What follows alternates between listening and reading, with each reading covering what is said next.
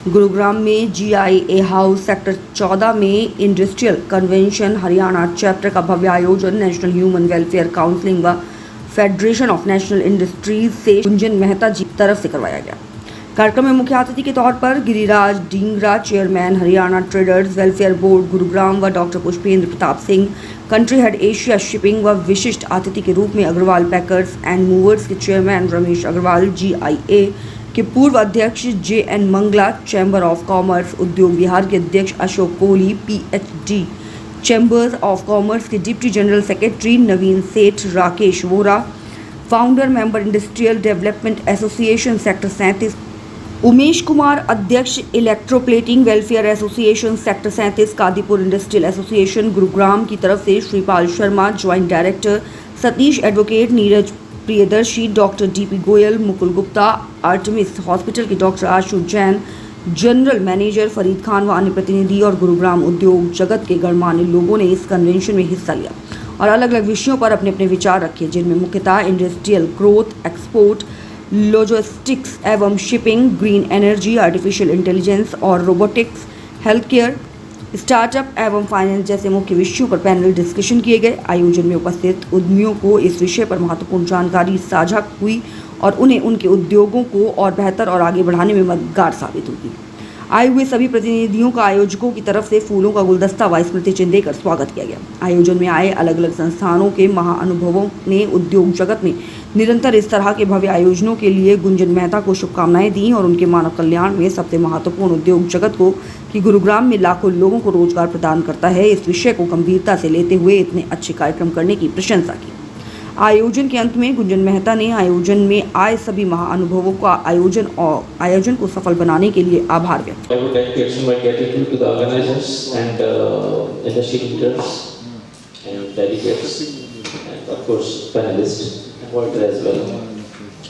See, आज का जो पर्सपेक्टिव है logistic, it is totally changed. और इसमें जो पहली वाला पैनल था, उस पैनल में डिस्कशन हो रहा था, इंडस्ट्रीज की बात हो रही थी, गवर्नमेंट पॉलिसीज की बात हो रही थी। अगर हम लॉजिस्टिक इंडस्ट्री की बात करें तो गवर्नमेंट पॉलिसीज बहुत ज़्यादा हेल्प कर रही हैं। सबसे पहले बात करूँगा जो हमारे prime minister mister Narendra Modi हैं, उन्होंने NLP national logistic policy launch करी। साथ में बात करी डोमेस्टिक ट्रांसपोर्ट की, मैं इंटरनेशनल ट्रांसपोर्ट की बात करता हूँ, उसको हम लॉजिस्टिक कहते हैं। इमेजिन करें कि ट्रांसपोर्ट नहीं होता या लॉजिस्टिक नहीं होती तो क्या होता? Any guess? कुछ भी नहीं होता। क्या होता sir? I think we would be left with nothing because whatever is being manufactured here needs to be transported to another place and likewise if there is a demand here, the goods are supposed to go from here. जो transport ही नहीं होगा तो वो आवागमन कैसे रहेगा? बिल्कुल। तो जो लॉजिस्टिक है और ट्रांसपोर्ट है, जो जवाब साहब ने कहा, बहुत ही इंटीग्रल पार्ट है, बहुत ही इम्पोर्टेंट पार्ट है। और लॉजिस्टिक्स का जब मैंने 25 इयर्स बैक ये अपनी कैरियर शुरू किया था इस इंडस्ट्री में, तो बहुत डिफरेंट लॉजिस्टिक थी। हम फैक्सेस भेजा करते थे, है ना, पेजर्स भी बाद में आए, मोबाइल्स नहीं होते थे, ये सब चीज़ थी।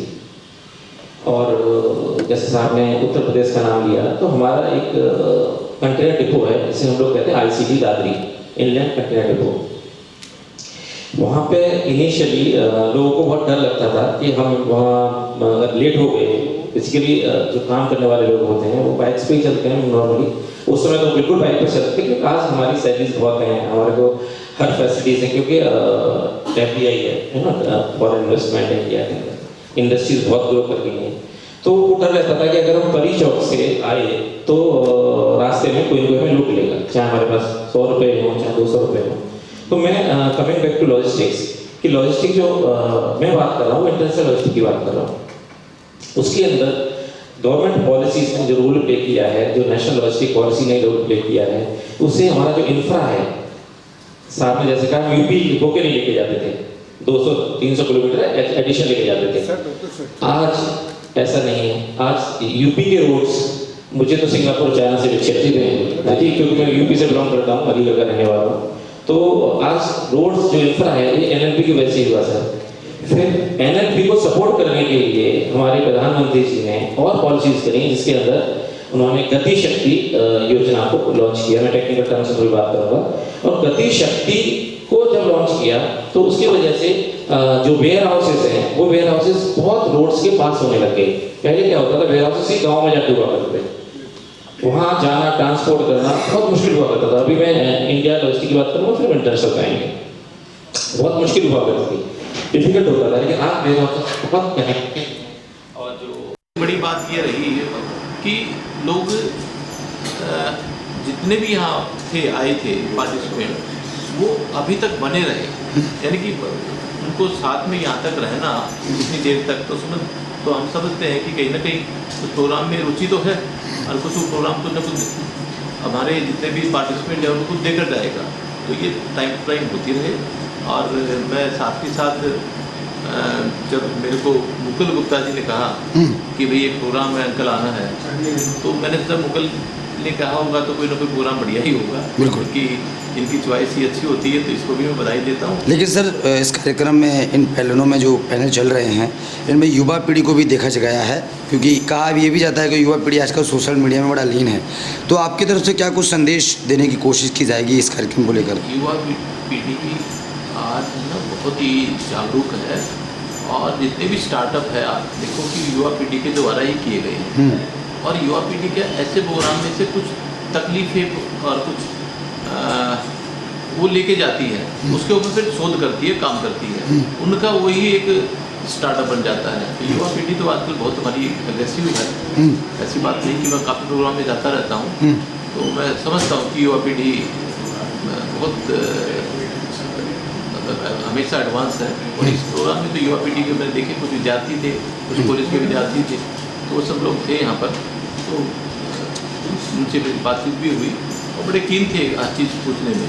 तो वास्तव में उनको भी बधाई कि वो लोग कम से कम इस तरह से आए, पार्टिसिपेट किए और प्रोग्राम में गुजरने को तो दोबारा फिर बधाई। Thank you sir, thank you. Pratap Singh ji, Gurgaon के तमाम इंडस्ट्री एसोसिएशन और उद्योगपति जुड़े हैं। हमारा प्रयास है कि हम इस मंच को ऐसे ही आगे बनाएं जहां सभी उद्योग जगत के लोग एक मंच पर एकत्रित हों और अपनी अपॉर्चुनिटीज, अपनी प्रॉब्लम्स को रखें और हम सब मिलजुल कर उसमें आगे बढ़ें। जी, लेकिन विजय मेहता जी, आप अपनी संस्था के माध्यम से लगातार गुरुग्राम में एक कार्यक्रम कर रहे हैं इंडस्ट्री को लेकर, आपका मकसद क्या है, मोटो क्या है, थोड़ा सा बताएंगे क्या? तो देखो, हमारा मकसद है कि हम फेडरेशन ऑफ नेशनल इंडस्ट्रीज और नेशनल ह्यूमन वेलफेयर काउंसिल के माध्यम से गुरुग्राम की तमाम इंडस्ट्री एसोसिएशन में से जुड़े उद्योग या उद्योग जगत को विश्व स्तर के ऊपर लेकर के जाएंगे। यहाँ बार बार ऐसे मंच क्रिएट करें जहाँ उन्हें अपने उत्पादों को दिखाने का मौका मिले, उनके लिए नई नई अपॉर्चुनिटी। आज की युवा पीढ़ी भी यहाँ पर कहीं ना कहीं देखी गई है आपके कार्यक्रम में, तो उनको लिए क्या कुछ संदेश रहेगा आज की युवा पीढ़ी को? हमने यहाँ स्टार्टअप से रिलेटेड कुछ स्पीकर्स बुलाए हैं, जैसे कि हमारे देश के जिसमें प्रधानमंत्री परम आदरणीय श्री नरेंद्र मोदी जी का कहना है कि हमें स्टार्टअप को मौका देना है, मौका देना है, उन्हें जितना ज़्यादा हम आगे ले जा सकें उनको हमें सपोर्ट करनी है। बस इसी सिलसिले में हमने IIMR बिजनेस इंस्टीट्यूट के स्टूडेंट्स को बुलाया है जो यहाँ पर आगे बढ़ रहे हैं। यहाँ से सुबह से बड़े ही सभी उद्योग जगत के लोग समझ रहे हैं। जी, ठीक है।